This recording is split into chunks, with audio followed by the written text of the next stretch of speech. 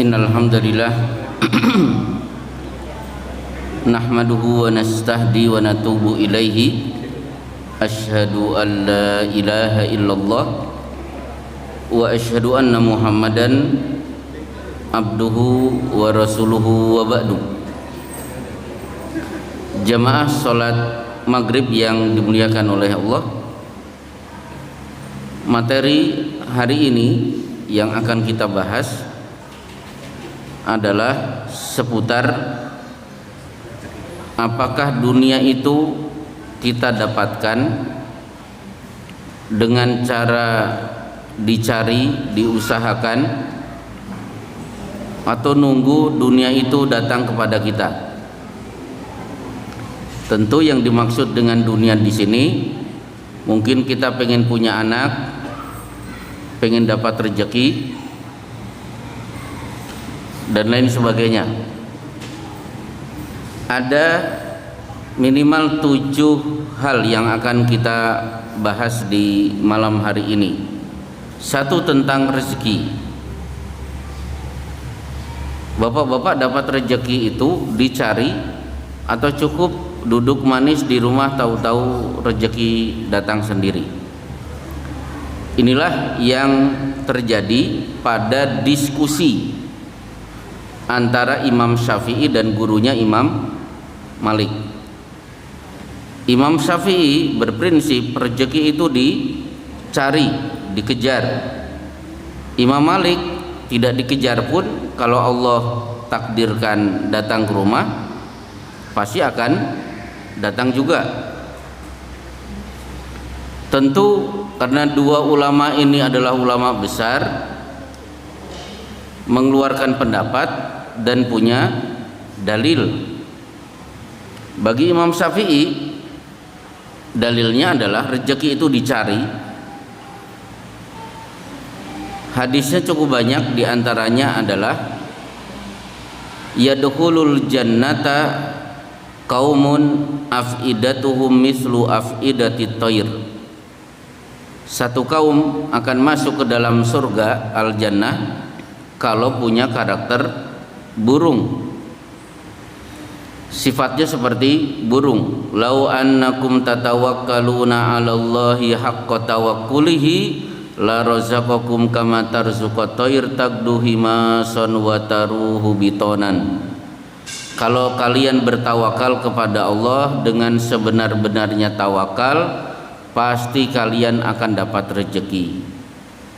Tirulah si burung, pagi-pagi keluar beterbangan mencari makan, dalam keadaan tembolok kosong, pulang di sore hari temboloknya sudah terisi oleh makanan. Di sini kan ada tawakal.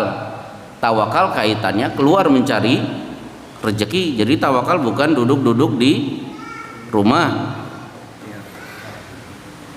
Termasuk ada hadis, man yatakaffalu li alla yas'ala ahadan syai'an wa ana atakaffalu lahu al-jannah. Siapa yang punya prinsip hidup, saya hanya mau makan dari hasil bekerja, tidak minta-minta pada orang lain, orang seperti ini aku jamin pasti masuk ke dalam surga al-jannah.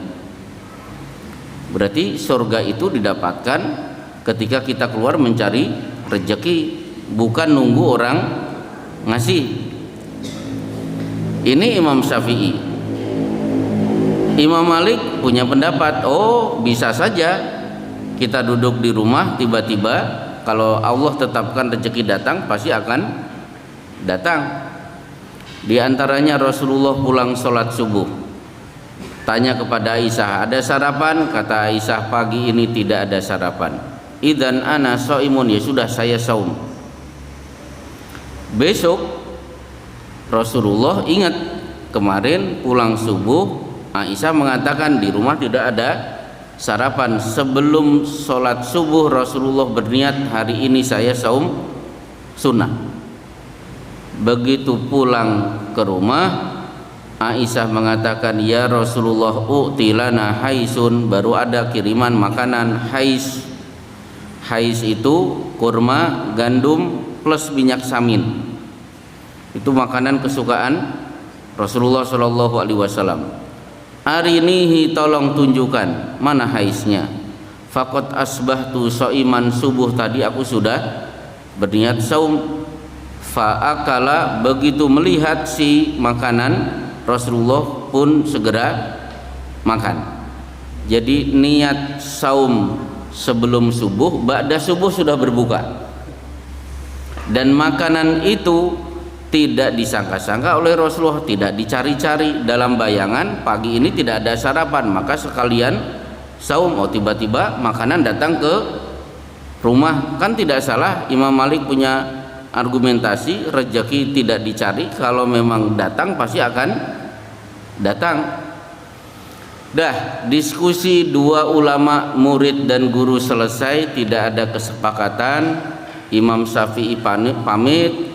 Ketika keluar perut lapar, kemudian Imam Syafi'i mencari orang yang punya pekerjaan di mana Imam Syafi'i menawarkan diri untuk ikut bekerja supaya dapat upah, sehingga dapat supaya dapat upah tadi. Nah, ternyata Imam Syafi'i yang lapar ketemu orang yang sedang panen kurma. Kemudian Imam Syafi'i, permisi, barangkali Bapak membutuhkan tenaga saya untuk ikut memetik kurma. Ternyata yang punya kurma, pas, saya butuh tenaga, silakan ikut bantu. Akhirnya Imam Syafi'i ikut membantu memetik kurma. Selesai sebagian, Imam Syafi'i mendapatkan kurma itu. Pagi itu Imam Syafi'i bisa makan. Begitu makan nikmat, ingat, loh, guru saya ini kan butuh makan juga. Akhirnya sebagian disisakan, datanglah ke rumah Imam Malik, diberikan itu si kurma. Imam Malik mengatakan, betul kan, kalau rezeki itu datang pasti akan datang. Imam Syafi'i juga mengatakan, tapi rezeki ini juga saya dapatkan dengan cara mencari. Berarti apa? Rezeki itu bisa dicari, tapi dalam kondisi-kondisi tertentu. Kalau Allah mentakdirkan rezeki itu datang, pasti akan datang ke rumah. Seperti tadi pagi saya sedang tidak ada di rumah, tiba-tiba ada pisang, ada apa lagi Pak tadi? Pisang, mangga, ternyata hasil panen Pak Ramto. Itu kan tidak saya nyari. Saya tidak ikut panen dengan Pak Ramto, tapi tiba-tiba sudah ada di rumah. Baik, jadi rezeki itu bisa saja dicari, bisa saja ditunggu. Tapi secara umum rezeki itu dicari. Kita tahu ketika Rasulullah hijrah ke kota Madinah, status para sahabat adalah fakir. Mereka ditampung di masjid untuk makan, menunggu kiriman penduduk Madinah. Maka untuk mempermudah kondisi para sahabat yang hijrah, akhirnya terjadilah ta'akho, mempersaudarakan satu muhajirin dan satu ansor. Abdurrahman bin Auf orang Mekah sudah tidak punya harta karena semuanya ditinggalkan di kota Mekah, akhirnya dipersaudarakan dengan Sa'ad bin Robi.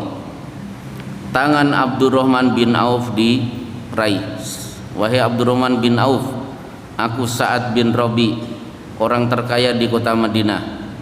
Saya akan ajak keliling, lihat rumah-rumahku, mana yang kamu sukai, tunjuk, akan aku berikan kepadamu. Nanti setelah itu akan aku tunjukkan kebun-kebun kurmaku, mana yang kamu senangi, silakan tunjuk, akan aku berikan. Kalau kamu sudah punya rumah dan kebun, saya punya 2 istri, silahkan lihat mana yang kamu sukai, akan aku cerai, aku berikan kepada dirimu. Berarti ini kan rezeki datang sendiri. Dalam satu waktu Abdurrahman bin Auf bisa dapat istri, bisa dapat rumah dan kebun. Ternyata Abdurrahman bin Auf mengatakan, barakallahu fi malika wa ahlika, semoga Allah memberkahi harta dan istrimu. tidak usah kamu tawarkan kepada diriku, cukup dullani ala sukil Madinah, tolong tunjukkan kepadaku di mana pasar yang ada di kota Madinah. Aku punya segenggam minyak samin, siapa tahu saya jual di kota Madinah dan laku, dan itu akan menjadi modal untuk berdagang selanjutnya. Dan akhirnya apa? Luar biasa. Abdurrahman bin Auf punya prinsip, saya tidak ingin menyandarkan diri pada orang lain, cukup saya ditunjukkan pasar kota Madinah. Orang seperti ini akhirnya sukses dan menjadi penguasa di kota Madinah. Baik, poin pertama selesai. Rezeki itu dicari atau ditunggu. Kemudian jodoh dulu, jodoh itu dicari atau tunggu di rumah tahu-tahu jodoh akan datang. Dua-duanya bisa. Seorang sahabat datang mencari jodoh kepada Rasulullah Shallallahu Alaihi Wasallam, sudah menentukan seorang wanita. Kata Rasulullah, anadzarta ilaiha, sudah dilihat calonmu? Belum ya Rasulullah. Ungdur ilaiha fa innahu ahra an yu'dama bainakuma. Lihat dulu wanita itu menarik atau tidak, supaya kamu mantap menentukan pilihan siapa yang menjadi pendamping hidupmu. Berarti ini kan jodoh dicari. Tapi ada juga orang mendapatkan jodoh tidak pusing mencari, tahu-tahu jodoh datang. Rasulullah duduk dengan seorang sahabat. Datanglah seorang wanita, tidak disebut nama wanita itu. Ya Rasulullah, inni wahabtu laki nafsi, saya serahkan diriku kepadamu. Maksudnya silahkan nikahi aku. Berarti itu kan jodoh datang. Ternyata Rasulullah menjawab, saya tidak berhasrat untuk menikah lagi. Laki-laki di sampingnya, ya Rasulullah, kalau engkau tidak mau buat saya. Kan laki-laki ini datang menghadap Rasulullah bukan untuk mencari jodoh, murni ingin ketemu Rasul. Kata Rasulullah, pulang, cari sesuatu yang bisa dijadikan mahar. Orang ini pulang, balik lagi, demi Allah ya Rasulullah, saya tidak punya harta sedikit pun. Balik lagi, periksa, siapa tahu ada cincin dari besi. Dia pulang, balik lagi, demi Allah ya Rasulullah, cincin dari besi pun tidak dapat. Tapi bagaimana ya Rasulullah kalau sarung saya? Jadi dia menawarkan sarungnya. Rasulullah bingung, sarung yang kamu pakai mau dijadikan mahar, kamu lepas, badanmu bagian atas tertutup, yang bawah pasti akan terlihat. Ini kan miskin luar biasa, tapi keinginan nikah juga luar biasa. Akhirnya, hal ma'aka minal Quran, apakah kamu hafal beberapa ayat dari Quran? Ternyata orang ini menjawab, ma'i suratu kada wa kada fi ayati kada wa kada. Saya punya hafalan surat ini dan ayat sekian sampai ke sekian. Dalam riwayat dia baru hafal 20 ayat dari surat Al-Baqarah. Akhirnya dibaca di hadapan Rasulullah. Begitu selesai, idhab faqad malaktukaha bima ma'aka minal Quran, pulang, bawa wanita ini, sah kamu memiliki wanita ini dengan hafalan Quran yang baru saja engkau baca. Berarti laki-laki ini mendapatkan jodoh, tidak mencari. Ujuk-ujuk jodoh itu datang, padahal potensi untuk menikah tidak ada, karena dia tidak punya harta, cuma punya hafalan 20 ayat Al-Baqarah. Maka silahkan bagi yang bujangan-bujangan, yang nggak punya duit, belum punya kerjaan, hafalan Al-Baqarah cuma 20 ayat bisa dijadikan mahar. Saya masih ingat 20 tahun yang lalu, anggota pengajian kita melamar akhwat, ternyata akhwat memberi syarat, saya tidak butuh mahar yang mahal-mahal, cukup amma yatasaalun. Hafal, dibaca di saat akad nikah. Luar biasa si ikhwan ini, pagi, siang, sore, mau tidur, bangun tidur, yang dibaca hanya amma yatasaalun. Alhamdulillah, saya menghadiri pernikahan itu, memberikan kesaksian di pernikahan itu. Si ikhwan pun maju membaca amma yatasaalun dengan bercucuran keringat, panjang dibaca pendek, pendek dibaca panjang, idgham dibaca idhar, idhar dibaca iklab, gak karuan tapi selesai. Baik, kita lanjutkan contoh yang lain. Jodoh itu kadang-kadang tidak perlu dicari. Seorang wanita mantan istri Qais dicerai suami dan masa iddah sudah selesai. Begitu masa iddah selesai, dua laki-laki sudah ada di depan pintu. Luar biasa ya Pak ya, ini dua laki-laki perhatian kapan dicerai, kapan masa iddah selesai. Masa iddah wanita dicerai berapa? 4 bulan 10 hari ditambah atau dikurangi? Wanita dicerai. Wal mutallaqatu yatarabbasna bi anfusihinna salasata quru. Wanita-wanita yang dicerai masa iddahnya 3 kali haid. Berarti kurang lebih 3 bulan. Loh, kenapa harus ada masa iddah? Masa iddah itu kaitannya dengan menikah lagi, termasuk harta waris. Ketika si Mahmud dan Fatimah suami istri cerai bulan Januari, begitu bulan Februari si Mahmud mati, maka si Fatimah masih berhak dapat harta waris karena si Mahmud mati dalam masa iddah. Jadi masa iddah itu tidak hanya masalah pernikahan saja, itu juga berkaitan dengan harta waris. Maka dulu ada pertanyaan di sebuah pengajian. Pertanyaan ini unik. Seorang laki-laki menyimpan bank sperma. Jadi sperma disimpan di bank sperma. Ketika si suami meninggal dunia, si istri datang ke bank itu minta untuk diambil itu sperma dan ditanam di rahimnya.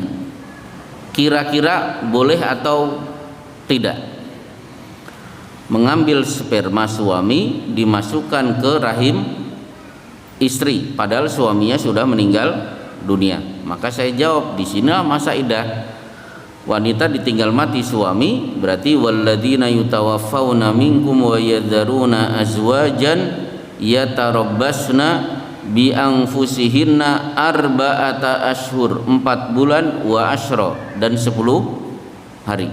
Berarti selama masih masa iddah, sperma itu masih bisa diambil. Kan ada satu riwayat di Arab sana, ada orang disebut Ibnul Mayyit, anak mayit. Loh, kenapa disebut Ibnul Mayyit? Karena ketika bapaknya meninggal dunia, kemaluannya masih tegak berdiri. Itu kan aneh. Sudah dimandikan masih tegak berdiri, sudah hampir dikafani masih tegak berdiri. Akhirnya orang-orang menyarankan istrinya untuk bersetubuh dengan suaminya. Sukses, sperma keluar, kemaluannya pun lemas. Tidak lama kemudian si istri akhirnya hamil, lahirlah anak, kemudian anak itu disebut dengan Ibnul Mayyit. Berarti bersetubuh mengambil sperma dari suami dalam masa iddah. Baik, dua laki-laki datang. Wanita ini bingung, mana yang harus saya pilih? Akhirnya dia menghadap Rasulullah. Ya Rasulullah, dua laki-laki di masa iddah sudah ada di depan pintu, mana yang aku pilih? Kata Rasulullah, siapa nama laki-laki itu? Satu Muawiyah. Kata Rasulullah, jangan. Sa'lukun lama lalahu, dia masih senang main, belum ada keinginan untuk berkeluarga. Terus yang kedua siapa? Abu Jaham, jangan diterima. Kenapa? Rajulun la yadau asahu an atikihi, dia tipe laki-laki yang suka memukul istri. Daripada kamu babak belur, lebih baik ditolak. Ternyata wanita ini memang karakternya khas orang Madinah. Orang Madinah itu tidak tertutup. Apapun yang ada dalam hatinya selalu dia ungkapkan, berbeda dengan orang Mekah. Kalau Muawiyah dan Abu Jaham tidak boleh, terus saya nikah sama siapa? Jadi wanita baru selesai masa idah sudah pengen nikah. Ankihi Usamata, silahkan nikah dengan Usama. Padahal Usama di rumah sedang tenguk-tenguk, dipanggil oleh Rasulullah, udah siap nikah dengan wanita ini, sukses. Padahal Usama usianya saat itu masih 17 tahun. Kira-kira siapa yang beruntung? Si Usama atau si wanita itu? Wanita itu dapat laki-laki jejaka usia 17 tahun, luar biasa. Jadi si wanita ini pengen dapat jodoh, si Usamah duduk manis di rumah, tidak ada bayangan mau nikah, tiba-tiba sudah dapat jodoh, mengalahkan Muawiyah dan Abu Jaham yang sudah berdiri di depan pintu untuk melamar wanita itu. Berarti yang nyari malah nggak dapat, yang nggak ada bayangan untuk menikah justru dapat jodoh. Baik, selesai yang kedua. Yang ketiga, anak. Ada orang dapat anak itu murni betul-betul berusaha, bahkan berdoa kepada Allah, seperti Zakaria. Hunalika da'a Zakaria rabbah qala rabbi habli min ladunka dzurriyyatan thayyibah. Di sanalah Zakaria bermunajat, minta kepada Tuhannya, berikan kepada saya anak keturunan. Itu di surat Ali Imran. Kalau di surat Al-Anbiya, Rabbi la tadharni farda, ya Allah saya tidak pengen sendirian, saya pengen kalau mati masih punya keturunan. Akhirnya dikabulkan, punya anak bernama Yahya. Satu di antara 3 nabi, status nabinya masih anak-anak. Jadi perlu Bapak ketahui, ada 3 nabi yang status dia sudah nabi padahal dia masih kanak-kanak. Jadi nabi itu tidak ada syaratnya harus usia 40 tahun. Nah, sekarang siapa nabi yang sudah menjabat rasul di usia anak-anak? Satu, Nabi Yusuf dilempar ke sumur. Begitu dilempar ke sumur oleh saudara-saudaranya, wa auhayna ilaihi, kami berikan wahyu kepada Yusuf, latunabbi'annahum bi amrihim hada wa hum la yash'urun. Yusuf, suatu saat kamu akan menceritakan kelakuan mereka di hadapan mereka. Berarti Yusuf sudah dapat wahyu ketika masih kecil. Yang kedua, Nabi Yahya, wa atainahul hukma sobiyya, kami sudah berikan wahyu kepada Yahya di saat dia masih anak-anak. Kemudian Nabi Isa alaihissalam, ketika Maryam dicaci maki, dianggap pelacur, punya anak belum punya suami, tiba-tiba bayi Nabi Isa yang baru lahir membela ibunya dan mengatakan, qala inni Abdullah, perkenalkan aku adalah hamba Allah, ataniyal kitab, Allah sudah berikan kitab Injil kepadaku, wa ja'alani nabiyya, di perut ibuku Allah sudah mengangkat aku sebagai nabi. Baik, kembali ke pembahasan tadi. Jadi Zakaria itu punya anak dengan cara berusaha dan berdoa. Tapi Maryam punya anak sama sekali tidak terlintas. dia wanita, belum punya suami, tiba-tiba malaikat datang, innallaha yubashshiruki bi kalimatin min husmuhul masihu ibnu Maryam. Sebentar lagi di perutmu ada bayi bernama Al-Masih ibnu Maryam. Anna yakunu li waladun walam yamsasni bashar. Bagaimana mungkin saya punya anak sementara saya belum pernah disentuh laki-laki? Berarti Maryam punya anak itu tidak ada usaha, bahkan tidak ada keinginan punya anak, beda dengan Zakaria. Baik, masalah ketiga selesai. Masalah keempat, mendapatkan mati syahid. Ada orang dapat syahid itu dicari dan sampai mati tidak ketemu itu mati syahid. Tapi ada orang tidak ada lintasan ingin mati syahid, tiba-tiba kesempatan itu ada di depan mata tanpa dia harus mencari dan akhirnya mendapatkan mati syahid. Contohnya siapa? Khalid bin Walid, panglima perang, selalu berada di front terdepan. Ternyata sampai mati dia tidak mendapatkan mati syahid, justru mati di atas tempat tidur, padahal dia pengen mati syahid. Sementara ada seorang sahabat duduk makan kurma, tiba-tiba lewatlah Rasulullah dan rombongannya. Kemana ya Rasulullah? Perang Uhud.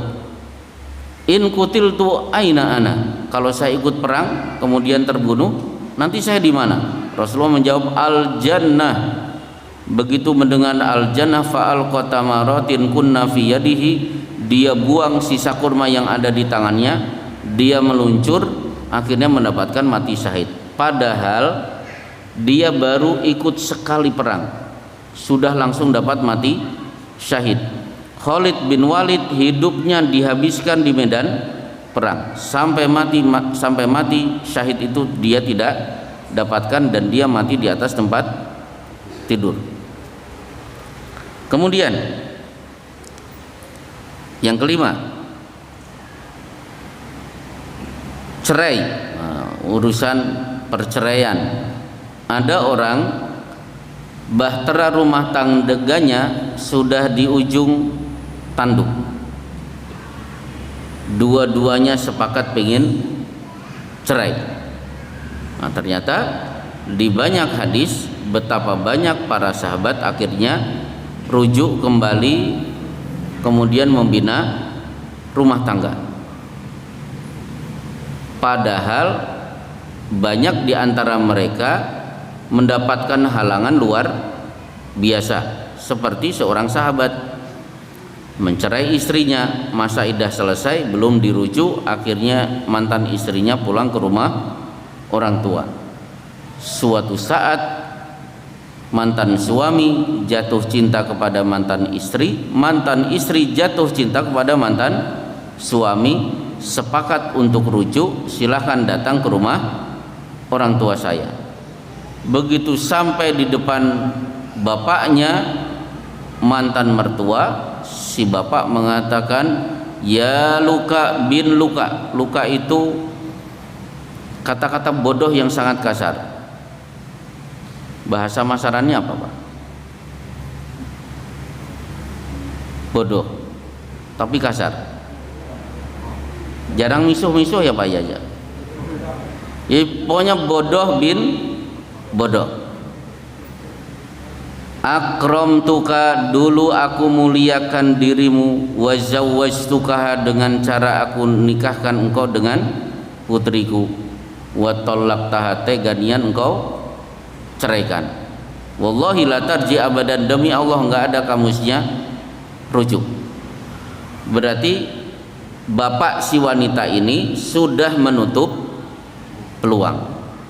Ternyata turun ayat membela si mantan menantu. Wa idza talaqtumun nisaa fa balagna ajalahunna fala ta'duluhunna ay yankihna azwajahun idza taradau bainahum bil ma'ruf.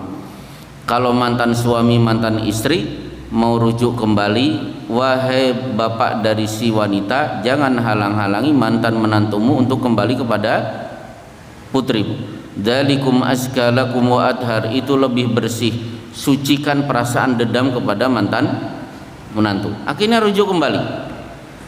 Jadi cerai, pengen rujuk ada penghalang, ternyata penghalang itu hilang begitu saja begitu turun ayat dari langit. Tapi ada sahabat cerai sudah minta pembelaan dari Rasulullah, Mughis dan Barirah cerai. Kenapa cerai?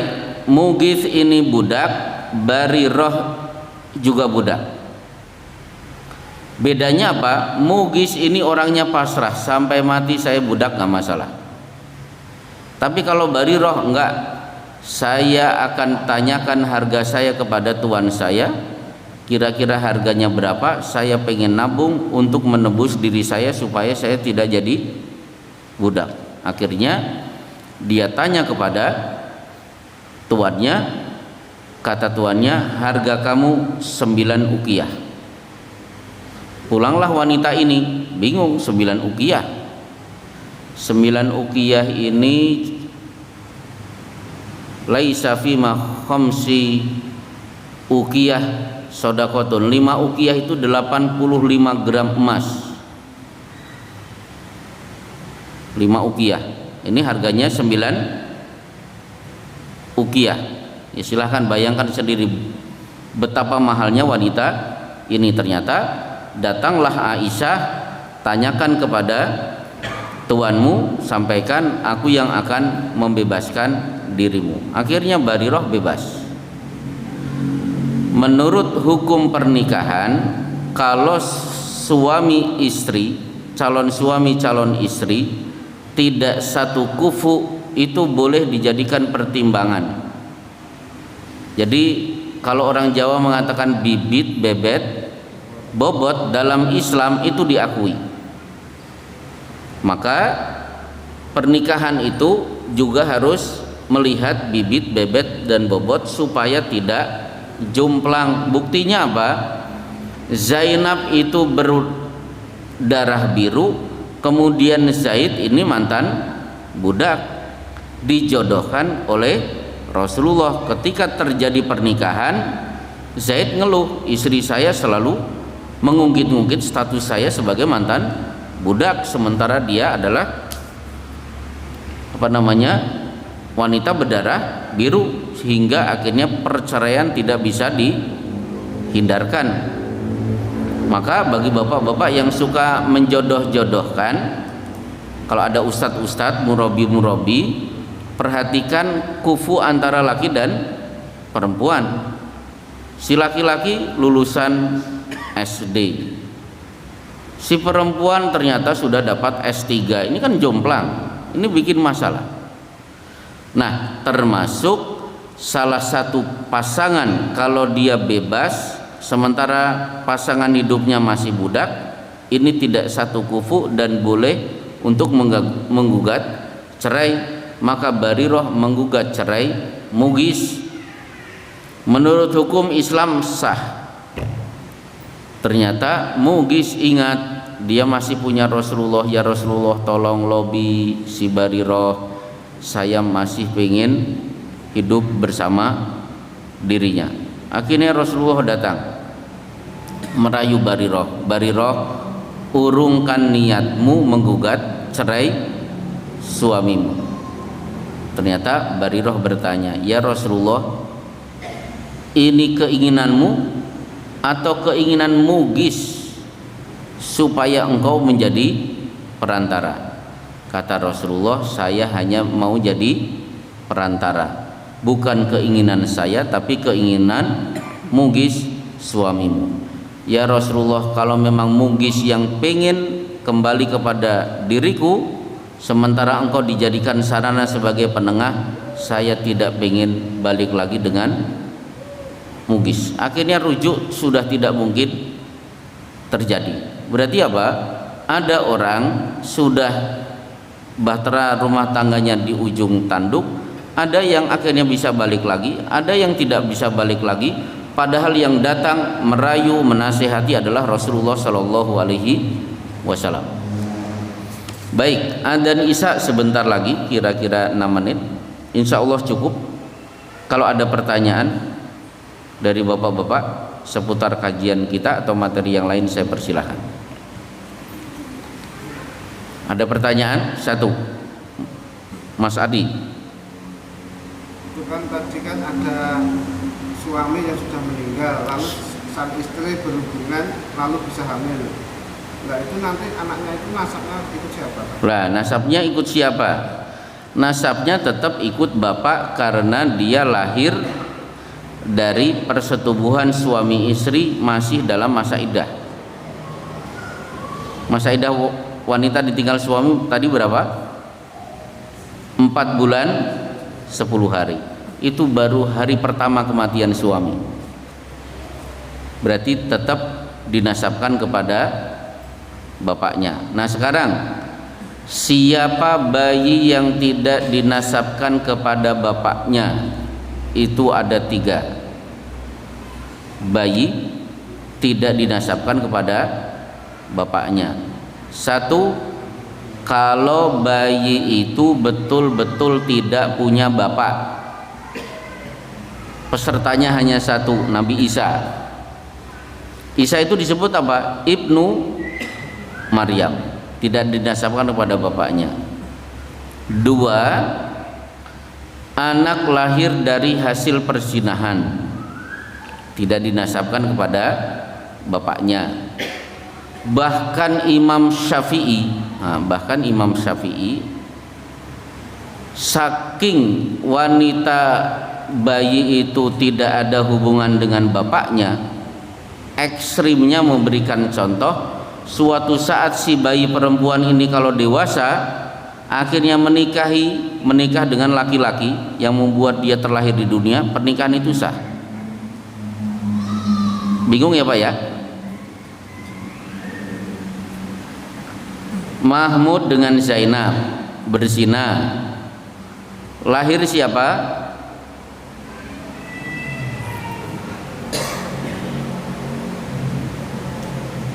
Mahmud dan Zainab, lahir Fatimah.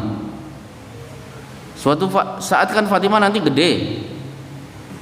Seandainya Mahmud jatuh cinta sama Fatimah, Fatimah juga menerima, itu pernikahan itu sah, saking betul-betul tidak ada pernasaban antara keduanya. Itu Imam Syafi'i, berbeda dengan Hanafi. Baik, setuju atau tidak terserah.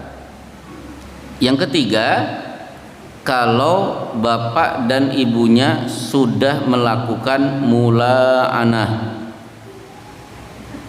jadi bapaknya dari kerikilan, ibunya dari masaran, menikah, lahir bayi, ternyata fisiknya seperti orang Lebanon. Lah bapaknya kan bingung, yang dari kerikilan. Ini gimana ceritanya? Ganteng ya ganteng, tapi ya antara masaran dan kerikilan, ya wajah-wajah beginilah. Masa wajahnya Lebanon? Akhirnya bapaknya yang dari kerikilan tidak mengakui bayi itu hasil hubungan kita berdua, pasti kamu ada apa-apa dengan orang Lebanon. Nah gitu.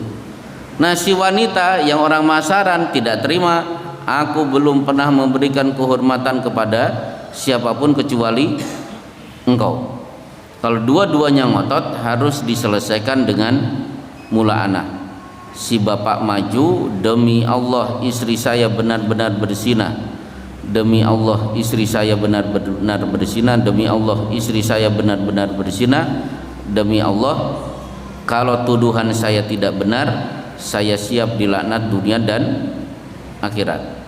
Si istri yang orang masaran maju, demi Allah saya tidak berzina, demi Allah saya tidak berzina, demi Allah saya tidak berzina, demi Allah kalau saya betul-betul berzina, siap dilaknat dunia dan akhirat. Kalau selesai ya sudah, dua-duanya harus pisah, tidak boleh rujuk, dan anak dinasabkan kepada ibunya. Itu 3 contoh kasus anak tidak dinasabkan kepada bapak. Baik, ada yang lain? Masuk Isya. Kurang berapa menit? 2 menit, lumayan. Silahkan. Cukup? Tidak ada?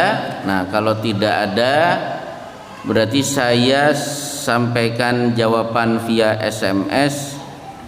Kemarin materi minyak wangi, bagaimana kalau kita nyetrika baju pakai semprot pewangi dan lain sebagainya, itu kan wangi, termasuk wanita pakai deodoran di ketiaknya. Nah, jadi begini, bedakan wangi-wangi untuk mengatasi kemungkinan aroma tidak sedap dengan wangi-wangi sebagai tambahan yang membuat orang lain tertarik dengan aroma itu. Kalau sekedar nyetrika biar baju itu tidak kusut, biar baju itu tidak ada bau apeknya misalnya, karena mungkin lembab, itu wangi-wangi yang wajar. Wanita ketika ketiaknya tidak diberi deodoran nanti akan bau kecut, akhirnya pakai deodoran, itu wangi yang wajar. Tapi kalau wanginya membuat fayat ma'alladzi fi qalbihi maradun, membuat laki-laki langsung mabuk kepayang, nah itu wangi yang seperti itu yang tidak boleh. Makseng gitu, ada bunyinya loh Pak, minyak wangi itu makseng gitu. Akhirnya penasaran, wanginya seperti ini gimana wanita itu, akhirnya dikejar. Nah, wangi seperti ini yang tidak boleh. Akhirnya masuk kepada hadis ayyuma imra'atin istatarat famarrat ala qaumin liyajidu rihaha fahiya zaniyatun, wanita yang mengenakan minyak wangi tampil di hadapan laki-laki lewat, kemudian mereka menikmati, laki-laki itu menikmati aroma wangi itu, maka wanita itu dinyatakan telah berzina. Baik bapak-bapak dan ibu-ibu yang dimuliakan oleh Allah, waktu Isya sudah masuk. Materi kita wallahu alam bisawab, wa sallallahu ala Muhammad wa ala alihi wa sahbihi ajmain. Assalamualaikum warahmatullahi wabarakatuh.